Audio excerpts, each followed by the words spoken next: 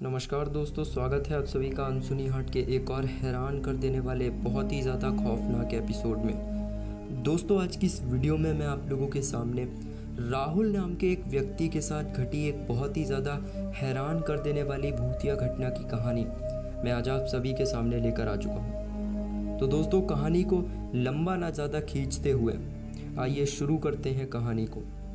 दोस्तों, ये कहानी शुरू होती है राहुल से, जो देर दराज अपने काम से लौट रहा था। उसकी गाड़ी अचानक रास्ते में बंद हो गई। वह समझ नहीं पाता कि ये क्या हुआ। बार बार कोशिश करने के बाद भी गाड़ी स्टार्ट नहीं हुई। राहुल धीरे धीरे डरने लगा था, क्योंकि उस सड़क पर दूर दूर तक कोई भी इंसान दिखाई नहीं पड़ रहा था और दूर एक हल्की सी परछाई उसे दिखाई पड़ रही थी। राहुल को महसूस होता कि वह अकेला नहीं है। वह चारों ओर नजरें दौड़ाता है, लेकिन सड़क पर पूरी तरह से सुनसान पड़ी हुई थी। सड़क आसपास के लोगों का मानना है कि इस सड़क पर कई लोगों ने अपनी जान गंवाई है और उनकी आत्माएं यहाँ पर भटकती हैं। दोस्तों, राहुल को अचानक वह किस्सा याद आने लगा। अचानक राहुल को कानों में किसी की फुसफुसाहट सुनाई देने लगी। आवाज अस्पष्ट होती है, लेकिन उनमें एक डर समाया हुआ था। राहुल सोचता है कि यह सब उसकी कल्पना है, लेकिन आवाजें और तेज होने लगी थी। वह आवाजों को अनदेखा करने की बहुत कोशिश करता है। उसकी गाड़ी की हेडलाइट्स के सामने एक अजीब सी परछाई उभरती है। वह अपनी आंखों पर विश्वास नहीं कर पाता है और ठंडे पसीने में भीग जाता है। अचानक उसे सड़क के किनारे एक सफ़ेद साड़ी में एक औरत खड़ी नजर आती है, जो उसे घूर घूर कर देख रही थी। उस औरत को देखने के बाद राहुल की सांसें बहुत तेज हो गईं। राहुल गाड़ी को छोड़कर पैदल ही आगे बढ़ने का फैसला करता है। उसे लगता है कि यह जगह छोड़नी ही होगी। चलते हुए उसे दूर से दर्द भरी चीखें सुनाई देती हैं। वह ठहर जाता है, लेकिन आवाज़ें लगातार तेज होती जाती हैं। हर तरफ अंधेरा और उसे अपने पीछे किसी के चलने की आहट सुनाई देने लगती है। वह पलटकर देखता है, लेकिन वहां पर कुछ भी नहीं होता है। इस सड़क पर कई दर्दनाक हादसे हुए हैं, जो आज भी लोगों की यादों में ताजे हैं। राहुल खुद को इन कहानियों के बीच फंसा पा रहा था। अचानक कहीं दूर उसे एक डरावनी हंसी गूंजती हुई सुनाई देने लगी। राहुल समझ नहीं पाया कि यह आवाज़ें सच हैं या फिर उसका कोई भ्रम। उसे महसूस होता है कि कोई उसके करीब आ रहा है। वह दौड़ने की कोशिश बहुत करता है, लेकिन उसके पैर भारी हो चुके थे और उसके पैर आगे बढ़ ही नहीं रहे थे। अब वो दौड़ते हुए उस सड़क पर मृत लोगों की झलकियां दिखाई देने लगती हैं। उसके दिमाग में भय का सैलाब दौड़ने लगता है। वह महसूस करता है कि उन परछाइयों में से कोई उसका पीछा कर रहा है, तो कोई उसकी दिल की धड़कनें तेज कर रहा है। सड़क पर फैली आवाज़ें और चीखें उसे अपनी गिरफ्त में लेने लगती हैं। वह चीख कर मदद मांगने की बहुत कोशिश करता है। अचानक उसे एक पुरानी गाड़ी सड़क किनारे खड़ी नजर आती है। गाड़ी खौफनाक स्थिति में होती है, जैसे उसकी अभी अभी दुर्घटना हुई हो। यह वही गाड़ी है जिसे लोग इस सड़क पर भूतिया मानते हैं। इस गाड़ी के साथ कई भयानक हादसे जुड़े हुए हैं। वो अपने मन में ही ऐसा सोचने लगता है। दोस्तों, राहुल को गाड़ी के शीशों में एक भयानक चेहरा नजर आता है। वह डर के मारे पीछे हट जाता है। राहुल को महसूस होता है कि वह एक खतरनाक जाल में फंस चुका है। हर तरफ मौत का सन्नाटा उसका पीछा कर रहा है। वह समझ चुका था कि वो एक सड़क के छलावे के चंगुल में फंस चुका है। वह पूरी ताकत लगाकर वहां से भागने की कोशिश करता है, लेकिन उसके पैर उसकी मदद नहीं कर पा रहे थे। अचानक किसी अदृश्य ताकत का हमला होता है, जो राहुल को घसीटने लगती है। उसकी चीखें गूंजती हैं, लेकिन कोई सुनने वाला नहीं है। राहुल को लगता है कि इस सड़क की सारी आत्माएं उसे अपनी गिरफ्त में लेना चाहती हैं। उसकी आंखों के सामने अंधेरा छा जाता है। वह आखिरी बार खुद को बचाने की बहुत कोशिश करता है, लेकिन उसकी सारी ताकत खत्म हो चुकी थी। धीरे धीरे वह गहरे अंधेरे में समा जाता है।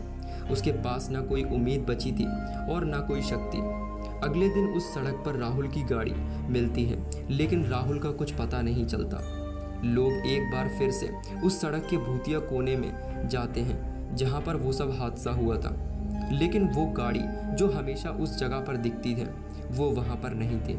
लेकिन उसके पीछे जो वहाँ पर एक पेड़ था, उसके पीछे उसी राहुल की लाश वहाँ पर बरामद होती है। दोस्तों, ये कहानी पूरे गांव वालों को चौंका के रख देती है। दोस्तों, जब उस लड़के को ध्यान से देखा जाता है तो उसमें अभी कुछ सांसें बची हुई थी। उसके बाद गांव वाले उसे हॉस्टल में लेके जाते हैं जहां पर उसका इलाज होता है, और फिर जब वो उठता है तो अपनी सारी वारदात बताता है कि पिछली रात उसके साथ क्या क्या हुआ। दोस्तों, उस पर गाँव वाले बताते हैं कि ये वही भूतिया सड़क है जिस पर तुम अनजाने में आ गए थे, और वो तो अच्छा हुआ कि तुम्हारी जान बच गई, वरना तुम हमें बिल्कुल मृत अवस्था में मिले थे। तो दोस्तों, ये कहानी थी राहुल की, जो उसने हमें अपने इंस्टाग्राम पे लिखकर शेयर की। तो दोस्तों, अगर आप लोग के पास भी कोई भूतिया कहानी है जिसे आप लोग हमारे साथ शेयर करना चाहते हो तो आप लोग उसे हमारे इंस्टाग्राम पर भेज सकते हो। इंस्टा की लिंक आपको हमारे डिस्क्रिप्शन बॉक्स में मिल जाएगी। तो दोस्तों, मिलते हैं आपसे एक और नई भूतिया घटना में, तब तक के लिए बाय। नमस्कार दोस्तों, स्वागत है आप सभी का अनसुनी हाट के एक और हैरान कर देने वाले बहुत ही ज़्यादा खौफनाक एपिसोड में। दोस्तों, आज की इस वीडियो में मैं आप लोगों के सामने रमेश नाम के एक ट्रक ड्राइवर के साथ घटी एक बहुत ही ज़्यादा हैरान कर देने वाली भूतिया घटना की कहानी मैं आज आप सभी के सामने लेकर आ चुका हूँ। तो दोस्तों, कहानी को शुरू करने से पहले अगर आप लोगों ने अभी तक हमारे चैनल को सब्सक्राइब नहीं किया है तो कर लें, ताकि आप भी हमारे इस छोटे से परिवार का हिस्सा बन पाएँ। दोस्तों, कहानी शुरू करने से पहले अगर आप लोग के पास भी कोई कहानी है या फिर कोई भूतिया किस्सा है जिसे आप लोग हमारे साथ शेयर करना चाहते हैं तो आप लोग उसे हमारे इंस्टाग्राम पर लिखकर शेयर कर सकते हैं। इंस्टाग्राम की लिंक आपको हमारे डिस्क्रिप्शन बॉक्स में मिल जाएगी। तो दोस्तों, चलिए बढ़ते हैं आज की इस खौफनाक घटना की ओर। दोस्तों, रमेश जो कि एक पुराना ट्रक ड्राइवर था, जो रोज रात को अपने ट्रक लेकर दूर दराज के देशों में निकला करता था। उसकी आंखों में दुनिया देखने की थकान तो थी, पर दिल में हिम्मत भी उतनी थी। दोस्तों, एक रात उसका सफर राजस्थान के एक सुनसान रास्ते पर था, जहां बस अंधेरा ही अंधेरा रहता है। उस रात चांद भी बादलों में छुपा हुआ था और हवाएं में अजीब सी ठंडक थी। जैसे ही उसने अपने ट्रक को उस रास्ते पर मोड़ा था, एक अजीब सी घबराहट ने उसे अपनी गिरफ्त में ले लिया था। वो मन ही मन में अपने डर को दबाकर बैठा हुआ था और ट्रक चलाए जा रहा था। दोस्तों, रास्ते में उसकी हेडलाइट्स के सामने एक परछाई आई जो बिल्कुल सफ़ेद साड़ी में लिपटी हुई थी। उसके बालों से पानी टपक रहा था और आंखें बिल्कुल सफ़ेद नम थीं। उस परछाई को देखकर मानो रमेश की धड़कनें तेज हो गईं, पर उसने अपने ट्रक की स्पीड बढ़ा ली। वो उस परछाई को पीछे छोड़ना चाहता था, लेकिन वो आगे ही चला जा रहा था। दोस्तों, रमेश ने ट्रक का हॉर्न बजाया, लेकिन परछाई का कोई असर नहीं हुआ। वो चुपचाप ट्रक के आगे ऐसे चल रही थी जैसे ट्रक उसके पीछे पीछे चल रहा हो। घबराहट में रमेश ने अपने ट्रक का स्टीयरिंग इधर उधर घुमा दिया, पर ट्रक ने उसका कहा नहीं माना और सीधे उस परछाई की तरफ बढ़ने लगा। तभी उसने देखा कि उस परछाई के हाथ धीरे धीरे ट्रक के बोनट पर आने लगे हैं। उसका हाथ बिल्कुल सफ़ेद और ठंडा लग रहा था। रमेश ने हिम्मत करके ट्रक की साइड में देखने की कोशिश की, लेकिन उसने देखा कि उसके बगल में एक परछाई उसके साथ साथ चल रही थी। उसका होश उड़ गया, लेकिन उसने फिर भी ट्रक को चलाए रखा और एक पल के लिए भी पीछे मुड़कर नहीं देखा। थोड़ी देर बाद उसने अपने ट्रक के रियर व्यू मिरर में देखा तो उसे ट्रक के पीछे एक औरत बैठी हुई नजर आई। उसका चेहरा बिल्कुल बीड़ी करके था। रमेश ने पसीना छूट गया। उसने अपने ट्रक के गियर चेंज करके और तेज कर दिया अपने ट्रक को, लेकिन उस औरत की परछाई अब उसके बगल में बैठी हुई थी। तभी उस औरत ने चीख कर कहा, मुझे वापस ले चलो। रमेश के हाथ कांप रहे थे। उसने ट्रक की स्पीड और बढ़ा ली। रास्ते में एक पुराना मंदिर आया, जिसे देखकर लोग अपने रास्ते बदल देते थे। रमेश ने वही किया। जल्दी निकालना चाहा, लेकिन ट्रक का इंजन बंद पड़ गया। उसने ट्रक स्टार्ट करने की बहुत कोशिश की, पर ट्रक ने कोई रिस्पॉन्स नहीं दिया। रमेश का दिल धड़क रहा था और उसने अपने पास देखा। मंदिर की पास वाली औरत खड़ी हुई थी और इस बार उसके साथ और भी परछाइयाँ थीं जो उसकी तरफ उसे घूर रही थी। रमेश ने देखा कि उनके चेहरे बिल्कुल सफ़ेद और आंखें भूतिया सी चमक रही हैं उसका शरीर सूख गया था, लेकिन उसने अपने आप को संभाला। उसने अपने ट्रक में से प्रार्थना करना शुरू किया और अपने ट्रक को फिर से स्टार्ट करने की कोशिश करने लगा, पर अब ट्रक बिल्कुल ही रुक नहीं पा रहा था। तभी उस औरत की आवाज़ आई, मुझे मेरे घर तक छोड़ दो, वरना तुम यहीं से जीवित नहीं जा पाओगे। दोस्तों, रमेश ने डर से ट्रक के अंदर ही बैठ के उस औरत की तरफ देखा, जो अब उसके बहुत करीब आ चुकी थी। उसने अपना पिछला पल का डर भुलाकर ट्रक स्टार्ट करने की बहुत कोशिश की और किसी तरह ट्रक चालू हो गया। लेकिन जैसे ही उसने ट्रक को आगे बढ़ाया, वो औरत ट्रक के बोनट पर आ गई और उसके चेहरे के सामने आकर उसे घूरने लगी। दोस्तों, रमेश ने ट्रक को फिर से ब्रेक मार दिया और सोचा कि वो ट्रक को वहीं छोड़कर भाग जाए, लेकिन रास्ते में बस अंधेरा था। उसने पीछे मुड़कर देखा और देखा कि ट्रक में और भी भूतिया परछाइयां बैठी हुई थी, जो उस पर हंसते हुए देख रही थी। रमेश ने ट्रक में भगवान के नाम लिया और बिना पीछे देखे सीधे रास्ते पर निकल पड़ा। लेकिन उस परछाई की हंसी अब उसके कानों में गूंज रही थी। रात के उस अंधेरे में उसने अपने ट्रक को जितना तेज हो सका उतना तेज चलाया, लेकिन वो हंसी उसके पीछे से आती रही। थोड़ी दूर जाने पर उसने सोचा कि शायद अब वो परछाई उसका पीछा छोड़ चुकी है, लेकिन अचानक उसके आगे एक औरत रास्ता काट गई। रमेश ने ब्रेक लगा दी और ट्रक रुक गई। उसने देखा कि वो औरत वही सफ़ेद साड़ी में थी, जो उसके चेहरे की तरफ हाथ बढ़ा रही थी। दोस्तों, इस पर रमेश सोचता है कि ये रास्ता कितना गहरा है और कितना अंदर है, जो अभी तक ख़त्म ही नहीं हो रहा। कि इतने में उस औरत ने चीख कर कहा, तुम यहाँ से बचकर नहीं जा सकते। रमेश ने अपने ट्रक को वापस स्टार्ट करने की बहुत कोशिश की, लेकिन ट्रक की हेडलाइट्स एक अजीब सी रोशनी में तब्दील हो गईं और उस रोशनी में उस औरत का चेहरा और भी भयानक लग रहा था। कि तभी ट्रक ने उसको एक बार और हॉर्न मारा और रमेश ने वापस ट्रक स्टार्ट करने की कोशिश की, लेकिन इस बार भगवान की कृपा से वो ट्रक स्टार्ट हो गया। रमेश ने अपने ट्रक को एक बार फिर उस रास्ते पर तेजी से दौड़ाने लगा। करीब आधे घंटे हुए ही थे उस ट्रक को तेज दौड़ते हुए कि रमेश को सामने सड़क पर एक बूढ़ा आदमी चलता हुआ दिखाई दिया। कि इतने में रमेश का रेडियो बहुत तेजी से बजने लगा, जिस पर आवाज़ आ रही थी, उस बूढ़े आदमी को मत बैठालना, वरना तुम्हारी जान जा सकती है।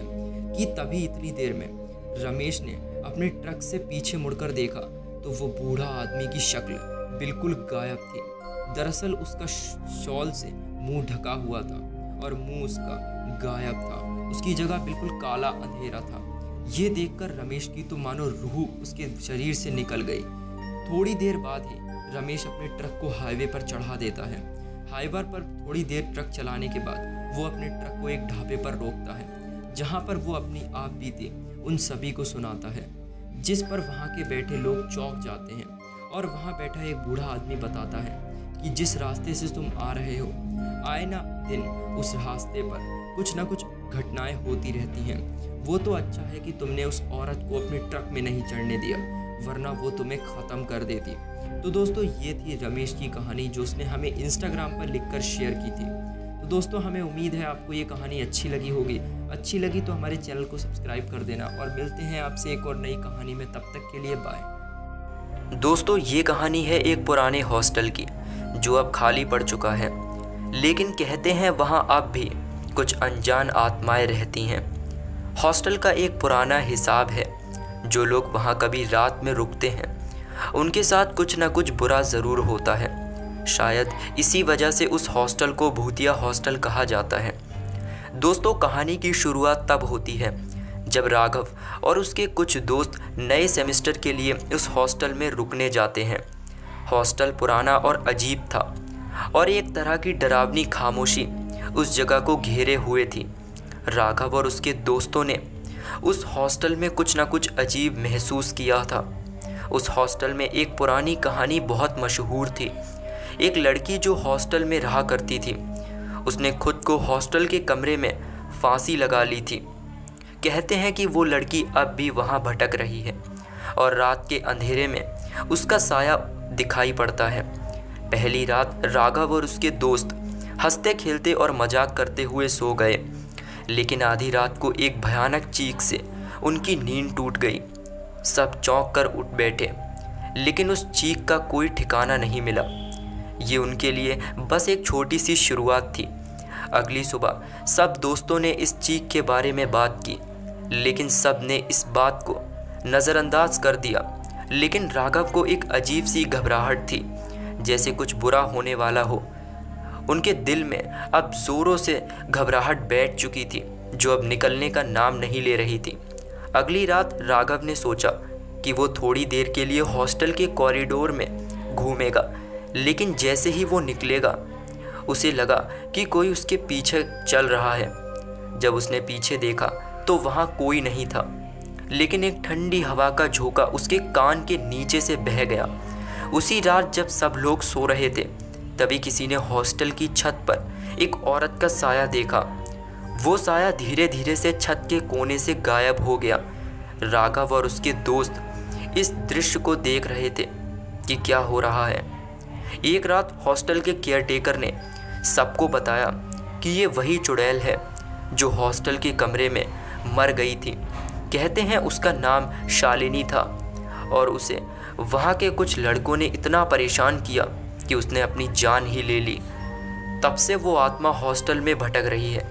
राघव को लगता था कि ये उसका सामना शालिनी से ज़रूर होगा। उसने अपने दोस्तों को कहा कि वो हॉस्टल की इस पुरानी कहानी की हकीकत को जानेगा, लेकिन उसके दोस्तों ने उसे मना कर दिया, क्योंकि उन्हें डर था कि इन चक्कर में कहीं वो भी ना फंस जाएं। उसके बाद एक रात राघव ने अपने कमरे में सोचा, शालिनी अगर तुम यहाँ हो तो मुझसे मिलने आओ। तभी एक ठंडी हवा का झोंका उसके कमरे में आया। दरवाज़ा धीरे से अपने आप खुल गया। राघव का दिल जोर से धड़क रहा था, लेकिन उसने हिम्मत से काम लिया। उस रात राघव के कमरे में कुछ पाँव की आहट सुनाई दी। वो धीरे धीरे बेड पर लेटे हुए पाँव की आहटें की आवाज़ को महसूस कर सकता था। वो सांस रोके पड़ा था, लेकिन वो आहटें और करीब आती जा रही थीं। दोस्तों, अगले दिन उसके दोस्त ने कहा कि उन्होंने रात को एक लंबी सफ़ेद साड़ी में औरत को राघव के कमरे के आसपास देखा। वो डर गए थे और उनके पास नहीं गए। राघव ने भी ये बात सुनकर हैरानी महसूस की, लेकिन इस सच्चाई को नज़रअंदाज कर दिया। हॉस्टल में रहने वालों को लगने लगा था कि वो चुड़ैल अब और ज़्यादा खतरनाक और भयानक हो गई है। आजकल हॉस्टल में अक्सर रात के वक्त चीज़ें अपनी जगह से हिल जाती हैं। हर किसी के दिल में एक अजीब सी घबराहट थी। राघव और उसके दोस्तों ने सोचा कि हॉस्टल के छत पर जाकर देखना चाहिए, क्या वहाँ कोई शक्ति है जो इनका सामना कर पाएगी। सब मिलकर छत पर गए और उन्हें वहाँ कुछ अजीब सा लगा, जैसे कोई उन्हें वहाँ से भगाना चाह रहा हो। दोस्तों, राघव ने देखा कि छत पर एक पुरानी चूड़ी पड़ी हुई है, जिस पर खून के निशान थे। उनने देखा कि ये चुड़ैल के कुछ निशानी हो सकती है, लेकिन किसी में इतनी हिम्मत नहीं थी कि उस चूड़ी को हटा सके। एक रात सब अपने कमरे में सो रहे थे, तभी हॉस्टल का जनरेटर बंद हो गया और पूरी बिल्डिंग में अंधेरा छा गया। इस अंधेरे में उन्हें सिर्फ एक लंबी सी हंसी सुनाई दी, जो उनके लिए बहुत ही ख़तरनाक हुई। हॉस्टल के कुछ लड़कों ने ये तय किया कि वो इस हॉस्टल को छोड़कर चले जाएंगे, लेकिन राघव और कुछ और लोग वहीं रुक गए। उन्होंने डिसाइड किया कि अब वो चुड़ैल की सच्चाई जान कर ही रहेंगे, चाहे अब कुछ भी हो जाए। एक रात राघव को लगता है कि शालिनी उसके करीब है। उसने दिल से कहा, शालिनी, हम तुम्हारे और दुख नहीं देना चाहते, हम सिर्फ सच जानना चाहते हैं। तभी उसे अपने कान के आसपास एक हल्की सी आवाज़ सुनाई दी, जो कहती थी, मुझे चैन नहीं मिला। वो आवाज़ खास उसके साये की थी, जो छत की तरफ इशारा कर रहा था। राघव और उसके कुछ दोस्त छत पर गए और देखा तो वहाँ पर एक जली हुई लकड़ी पड़ी थी, जो शालिनी की थी। उस तस्वीर को देखते ही उन्हें समझ आ गया था कि अब उसकी आत्मा को शांति नहीं मिली है। राघव ने वहाँ दिया जलाया और शालिनी के लिए दुआ मांगी, लेकिन तभी एक तेज हवा चलने लगी और दिया बुझ गया और उन्हें एक औरत का हाथ अपनी तरफ आते हुए महसूस हुआ, जैसे वो उन्हें रोक रही है। अगले कुछ दिन हॉस्टल में सब शांत था। लेकिन हर किसी के दिल में एक अजनबी डर बैठा हुआ था। राघव को लगता था कि शालिनी अब भी उनके आसपास भटक रही है, अपनी मुक्ति के इंतज़ार में। एक दिन जब राघव ने अपने कमरे के आईने में देखा तो उसने शालिनी के अक्ष देखे जो मुस्कुराते हुए उससे कुछ कह रही थी। उसका दिल तेज़ धड़कने लगा और उसने सोचा कि अब उस हॉस्टल को हमेशा के लिए छोड़ देना ही बेहतर होगा। जाते वक्त राघव ने हॉस्टल के केयरटेकर को कहा कि वो ये हॉस्टल खाली कर देना चाहता है, क्योंकि अब उसे इस हॉस्टल में कुछ भी ठीक नहीं लगता और वो नहीं चाहता कि अब मेरी जान को उस औरत की वजह से खतरा हो। दोस्तों, उस घटना के बाद ही राघव और उसके हर दोस्त ने उस हॉस्टल को छोड़ दिया और उस हॉस्टल के बगल में ही दूसरा हॉस्टल ले लिया अपनी पढ़ाई कंटिन्यू करने के लिए। तो दोस्तों, ये कहानी आपको कैसी लगी आप लोग कमेंट सेक्शन में ज़रूर बताइएगा। और अगर आप लोग के पास भी कोई भूतिया घटना है तो आप लोग उसे हमारे डिस्क्रिप्शन में लिंक दिए इंस्टाग्राम पर शेयर कर सकते हैं, ताकि हम उसे नरेट करें अपनी आवाज़ में। तो दोस्तों, मिलते हैं आपसे एक और नई भूतिया कहानी में, तब तक के लिए बाय। जय श्री राम दोस्तों, स्वागत है आपका अनसुनी हट यूट्यूब चैनल पर, जहां मैं आपको लोगों के भूतिया और डरावने किस्से शेयर करता हूं जो उनके साथ या उनके किसी परिवारजन के साथ बीत चुके हैं। दोस्तों, आज की जो कहानी मैं आपके सामने लेकर आ चुका हूं वो मोहित नाम के एक लड़के के साथ ट्रेन में सफ़र करने के दौरान घटी थी, और इतनी खौफनाक तरीके से घटी थी कि मोहित उस घटना को आज भी अपने जहन से नहीं उतार पाया है। तो दोस्तों, कहानी को और ना लंबा ज़्यादा खींचते हुए आइए बढ़ते हैं आज की इस डरावनी कहानी की ओर। दोस्तों, ये कहानी है मोहित की, जो कि एक सफल व्यापारी था जो अक्सर बिजनेस मीटिंग के सिलसिले में यात्रा करता रहता था। दोस्तों, इस बार उसे रात की ट्रेन से भोपाल से दिल्ली जाना था।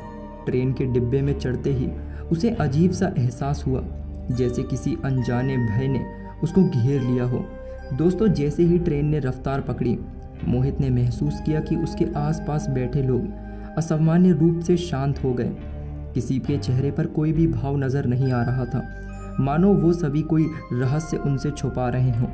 मोहित के सामने बैठे हुए बूढ़े व्यक्ति ने उसे घूरते हुए कहा, तुम्हें यहाँ नहीं आना चाहिए था, ये सफ़र बहुत खतरनाक है। मोहित मुस्कुराया और उस चीज़ को नज़रअंदाज कर दिया, लेकिन उस व्यक्ति की आंखों में साफ दहशत झलक रही थी। रात का अंधेरा घना हो चुका था। मोहित ने खिड़की से बाहर झांका और तभी उसे बाहर दौड़ती हुई एक काली परछाई दिखी जो उसके डिब्बे के साथ साथ चल रही थी। दोस्तों, वो परछाई उसे घूरे जा रही थी, लेकिन पल भर में वो गायब हो गई। काफ़ी देर तक बेचैन होकर बैठने के बाद मोहित ने ट्रेन में घूमने का सोचा। अगले डिब्बे में जाते ही उसने पाया कि वहाँ कई सीटें खाली पड़ी थीं, जबकि ट्रेन की बुकिंग फुल थी। वो आश्चर्यचकित था, लेकिन फिर उसे एक धीमी सी हंसी सुनाई दी। मोहित ने चारों ओर देखा, लेकिन कोई नहीं था। अचानक उसे महसूस हुआ कि ये हंसी उसके कानों में गूंज रही है। उसने घबराकर वहाँ से वापस लौटने का सोचा, पर उसके कदम भारी पड़ने लगे थे। अपने डिब्बे में लौटने पर उसने पाया कि उसके बगल में बैठा व्यक्ति उसे लगातार घूरे जा रहा था। उस व्यक्ति की आंखें काले गड्ढे की तरह दिखाई पड़ रही थीं। बिना कुछ कहे वो उसे देखता रहा और फिर अचानक फुसफुसाया, ये ट्रेन लोगों की नहीं है। घबराकर मोहित ने वहाँ से हटने की कोशिश की, लेकिन उसने देखा कि बाकी यात्रियों के चेहरे पर भी बिल्कुल खाली थे, जैसे कोई आत्मा उनकी आंखों से झलक रही हो। वो सब एक ही दिशा में देख रहे थे और वो थी उसकी ओर। दोस्तों, मोहित ने अपने डिब्बे के दरवाजे को जोर से पकड़ा हुआ था और आगे की ओर भागने लगा। हर जगह उसे बस अजीब सी खामोशी और साए दिखाई दे रहे थे। एक धुंधला साया बार बार उसकी आंखों के सामने आ जा रहा था। अचानक ट्रेन के एक सुनसान स्टेशन पर रुक गई। स्टेशन पर एक भी व्यक्ति नहीं था, केवल धुंध और अजीब सी चुप्पी थी। मोहित को लगा जैसे समय रुक गया हो और ये जगह भूतों का ठिकाना हो। दोस्तों, स्टेशन पर खड़े हुए उसने देखा कि कुछ धुंधले साए उसकी ओर देख रहे थे। उनके चेहरे बुरी तरह विकृत थे और उनकी आंखों में अनजाना क्रोध था। वे साए धीरे धीरे उसकी ओर बढ़ने लगे। मोहित को अचानक वो पुरानी कहानी याद आई जिसे उसने अपने बचपन में सुना था। एक ट्रेन जो कभी गुम हो गई थी और अब भूतिया यात्रियों को ढोती है। उसे लगा कि शायद ये वही ट्रेन है। दोस्तों, मोहित ने ट्रेन में वापस चढ़ाई की। उसे टीसी दिखाई दिया, पर उसकी हालत भयावह थी। उसकी आंखें खाली थीं और उसकी आवाज़ में गहराई गूंज रही थी। उसने मोहित को चेतावनी दी, यहाँ से बचकर कोई नहीं जा सकता। मोहित ने देखा कि पूरी ट्रेन में मरे हुए यात्रियों का भूतिया दृश्य बसा हुआ था। हर जगह उसे लोगों के झुके हुए सिर और खाली आंखें दिखाई दे रही थीं। वह अपनी हिम्मत खोने लगा। अचानक उसकी बोगी में एक नीली रोशनी जलने लगी। ये रोशनी उसकी आत्मा की तरह लग रही थी, जो उसकी तरफ बढ़ रही थी। उसने भागने की बहुत कोशिश की, पर वो रोशनी उसे घेरने लगी थी। मोहित को अपनी सीट पर एक अधजला टिकट मिला, जिस पर खून के धब्बे लगे हुए थे। उस टिकट पर लिखा था, ये यात्रा जिंदगी भर के लिए है। उसने खिड़की से बाहर झांका तो देखा कि बाहर भी अजीबोगरीब साए उसे देख रहे थे। उन साए खिड़की के पास आकर उसे घूरने लगे और धीरे धीरे उसके चेहरे की शक्ल मोहित जैसी होती जा रही थी। ट्रेन की रफ्तार अचानक बढ़ गई। वो मानो किसी अतहीन यात्रा पर जा रहा था, जहाँ किसी की भी चीख अनसुनी रह जाती। दोस्तों, मोहित ने खिड़की से बाहर कूदने की बहुत कोशिश की, पर दरवाज़ा पूरी तरह से बंद हो चुका था और ट्रेन भी बहुत तेज़ रफ्तार में थी। रास्ते में उसने एक छोटे बच्चे को देखा जो लगातार हंस रहा था। वो बच्चा बार बार कह रहा था, तुम यहाँ से कभी नहीं जा पाओगे। हर बोगी में उसे मरे हुए यात्रियों की चीखें सुनाई देने लगीं। उसने हर बोगी से बाहर निकलने की कोशिश की, पर सभी रास्ते बंद हो चुके थे। उसे लगा जैसे ट्रेन और स्टेशन पर रुकी है, पर वहाँ भी जिंदा व्यक्ति नहीं थे। केवल उसके चेहरे ही उसे दूर दिखाई दे रहे थे, जिनके चेहरे बहुत ही विचित्र और खतरनाक थे। ट्रेन में अचानक ठंडी हवाएं बढ़ने लगी। मोहित का शरीर कांप रहा था। उसे लगा जैसे किसी अदृश्य शक्ति ने उसे जकड़ रखा हो। हर जगह से उसे बस अपने नाम की ही पुकार सुनाई देने लगी, मानो कोई उसे बुला रहा हो। ये आवाज़ें धीरे धीरे और भयानक होती गईं। उसे शीशे में अपना अक्ष दिख रहा था, पर वो अक्ष यहाँ था। उसने डर के मारे शीशे को तोड़ने की कोशिश की, पर उसकी हंसी गूंजती रही। ट्रेन की रफ्तार और भी तेज हो गई। उसने बाहर देखने की कोशिश की, पर सब कुछ धुंधला और काला दिखाई दे रहा था, मानो ये ट्रेन उसी किसी और दुनिया में ले जा रही हो। दोस्तों, ट्रेन की हर बोगी में एक काली परछाई चलती रहती, जो धीरे धीरे उसके ओर आती रहती और बार बार उसे एक डर का एहसास होने लगा। दोस्तों, अभी ट्रेन पूरी रफ्तार से भाग ही रही थी कि तभी ट्रेन में अचानक ब्रेक लग गई। कुछ देर बाद ही वो ट्रेन एक सुनसान रेलवे स्टेशन पर रुकती है, जहाँ पर उसे कुछ लोग दिखाई दे रहे थे। वो वहीं पर उतर गया। जब वो वहाँ उतरा तो वो ट्रेन वहाँ से चली गई। दोस्तों, उस स्टेशन पर उसे एक बूढ़ा आदमी दिखाई दिया। वो बूढ़ा आदमी भागकर इसके पास आया और इसको उठाया, क्योंकि ये ट्रेन से हड़बड़ाहट में गिर चुका था रुकने से पहले ही। दोस्तों, इस पर उसने अपनी पूरी दास्तान बताई कि वो कैसे इस ट्रेन पर चढ़ा और उसके साथ क्या क्या हुआ। दोस्तों, इस घटना के बाद उस बूढ़े आदमी ने उस ट्रेन के बारे में उसकी पूरी सच्चाई बताई कि आज से 60 साल पहले ये ट्रेन गायब हो चुकी थी और इस ट्रेन में अब भूत सफ़र करते हैं और तुम उसी ट्रेन में चढ़ गए थे। दोस्तों, उस घटना के बाद मोहित भूल कर भी कभी उस ट्रेन में नहीं चढ़ा। तो दोस्तों, ये थी भूतिया ट्रेन की कहानी जो मैंने आज आप लोगों को सुनाई। आई होप आपको पसंद आई होगी। दोस्तों, अगर आप लोग के पास भी कोई भूतिया घटना है जो कि आप उसे हमारे साथ शेयर करना चाहते हैं, तो आप उसे हमारे इंस्टाग्राम पर लिखकर भेज सकते हैं। इंस्टाग्राम की लिंक आपको हमारे डिस्क्रिप्शन बॉक्स में मिल जाएगी। तो दोस्तों, मिलते हैं आपसे एक और नई कहानी में। तब तक के लिए बाय।